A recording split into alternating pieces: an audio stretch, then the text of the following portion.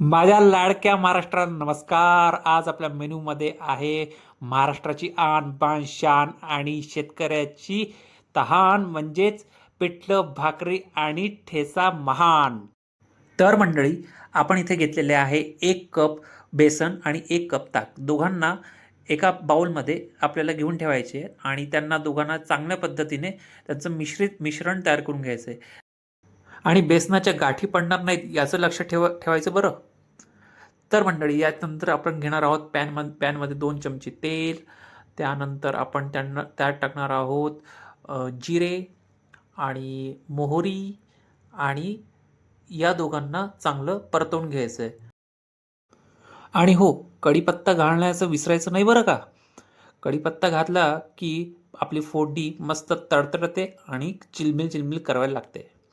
आणि हो, आपल्या फोडणीला एकदम भन्नाट टेस्ट देण्यासाठी म्हणजेच आपल्या पिठल्याला भन्नाट टेस्ट देण्यासाठी आपण टाकत आहोत हिरव्या मिरचीची पेस्ट, जी म्हणजे त्यामध्ये आपण टाकलेलं आहे आलं, मिरची आणि लसूण.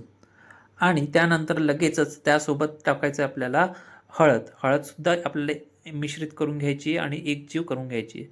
त्यानंतर आपण टाकणार आहोत आपलं मिश्रण म्हणजे ताक, बेसन मिक्स.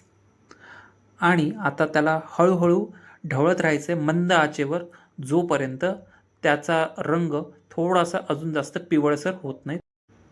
आणि ही रेसिपी खूप साधी आणि सोपी असल्यामुळे कोणी कधीही कोणत्याही वेळेला आपण बनवू शकतो. आणि बघा बघा कशा मस्त लज्जतदार दिसत आहे आपलं पिठलं.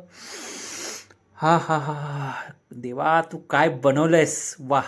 आणि पिठलाच्या जखमावर सोडण्यासाठी आपण थोडंसं मीठ घालूयात. क्या बात आहे, मस्त. अशी कोथिंबीर कर कर कर कर कापून कापून त्याची आता जोडणी करायलाच पाहिजे आपल्या पिठल्यासोबत. आणि पिठल्याला मस्त आता असा गारव्यासारखा आपण रंग दिलेला आहे, हिरवागार. संपूर्ण पिठलं आता आपलं तयार झालेलं आहे. आणि पिठलं म्हटलं की त्याला जोड म्हणजे कांद्याची, आणि कांदा म्हणजे तो चिरायचा नसतो, तर त्यासोबत तो फोडायलाच लागतो. मित्रांनो, आपली मेजवानी पूर्ण तयार आहे. खूप खूप धन्यवाद मंडळी.